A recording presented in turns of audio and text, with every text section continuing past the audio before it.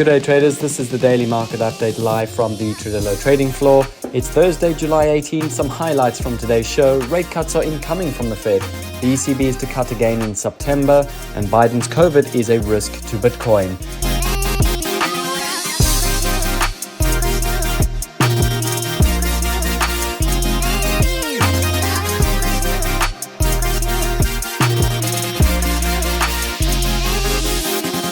Let's take a look at some of the key overnight news, and it was all about Nvidia yesterday. We did have some news in the Asian session coming from the Biden administration because they were weighing a measure called the Foreign Direct Product Rule that would allow the US government to stop a product from being sold if it was made using American technology. And what this means for some of the chip stocks is that unfortunately they are perhaps going to be in the crosshairs as a result should the Biden administration implement this new rule. Now, that being said, I think what's very important to pay attention to is that, sure, that news did perhaps put a little bit of an offer into the likes of Nvidia, but we mustn't forget, taking a look at the Nvidia chart, we were up 86% since April in Nvidia.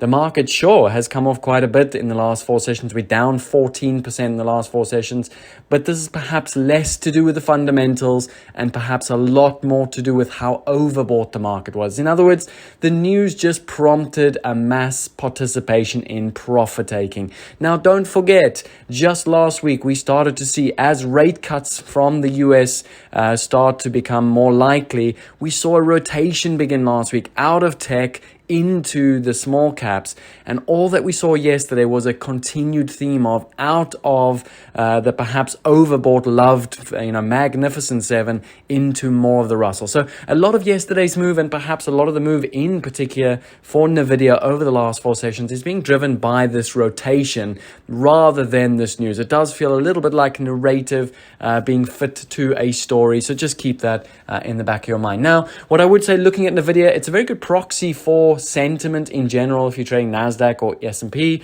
But what I would look for today is just some sort of a bounce. Don't forget, 14% down in 4 days is quite oversold for Nvidia. We are likely to see a little bit of a bounce today, a little bit of consolidation within yesterday's range. We are sitting around that 117, 118 support.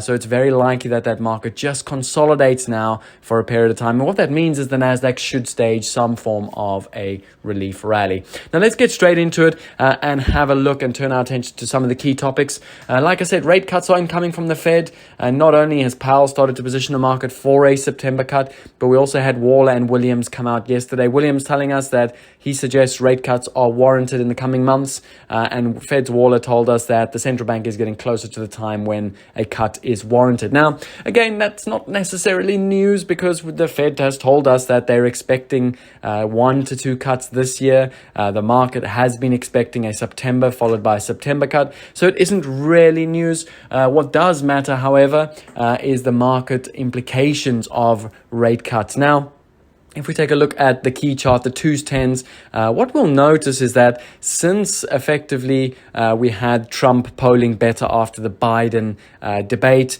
what we've seen is the 2s, 10s steepen quite aggressively, simply just driven by the idea that Trump will be more stimulative for the economy, more inflationary perhaps. But that steepener has sort of gone again, has taken a second leg since late last week when we saw, Powell talking about confidence growing, and again this week now that we see more members talking about rate cuts incoming relatively soon. What confirms ultimately this idea of, the market getting excited by rate cuts is very much been driven by a bull steepener. In other words, the 2-year is what's ultimately driving the steepener. We have seen that 2-year rally quite aggressively in the last 6-7 sessions, and that tells us this is very much a rates play. We can also confirm that by looking at the dollar. Okay, the dollar has offered over the last 6-7 sessions. So all in all, what we're seeing in the markets over the last 6-7 sessions is really the market getting behind this idea that rate cuts are incoming from the Fed, and they are likely to begin as soon as September. Now, one thing to pay attention to, the market does like to have its cake and eat it. It's not just pricing in 2 cuts, it's actually pricing in almost 3 cuts now, looking at a September, November, December rate cut path. Now, the Fed has been very reluctant to want to be overly dovish, so the market is perhaps pricing a little bit rich given that the economic data is relatively robust at present.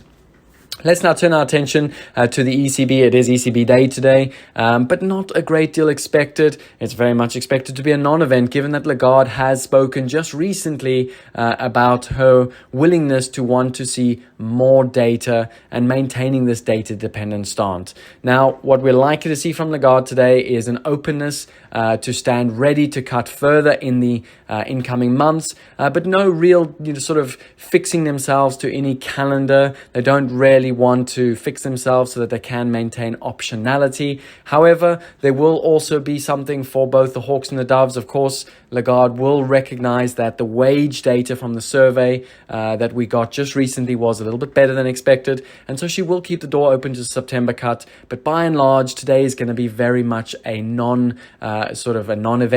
But keep in mind, right now, market is pricing in an expected cut in September and December. And if we take a look at the euro, what we can see is that over the last couple of sessions, the euro has really rallied. And very, very crucially, what I want to stress is that this is not due to European fundamentals. If we look this week, we had the zoo data from Germany pointing towards really a stagnating, perhaps even contracting economy. We've just had the French elections pointing to a hung sort of election, very much looking towards a slowdown in French growth in the coming months. So right now, the economic situation is not supporting the euro by any means, and this rally in euro has been driven primarily by the weakness in the dollar. I think that's important to stress because what that means is as we approach this overhead resistance around the 109.50, we should have a very good opportunity at selling that euro in the near term. So keep a close eye on that chart today.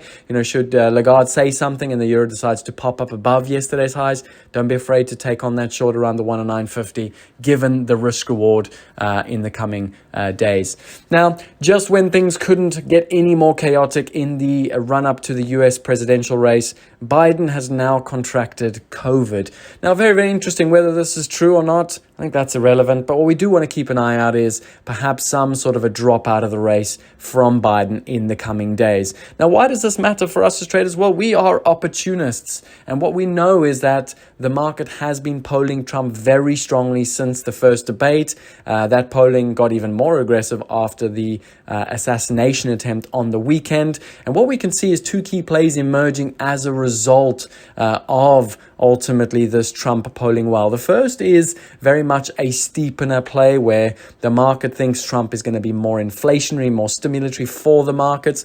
And the second is very much a Bitcoin rally. Why? Well, because Trump has come out and said he really likes Bitcoin. He came out just yesterday and said Jamie Dimon has changed his mind on Bitcoin and he's backing him potentially for the Treasury Secretary role. So very, very important. Both Bitcoin and the steepener are plays that have benefited as a result of Trump polling well.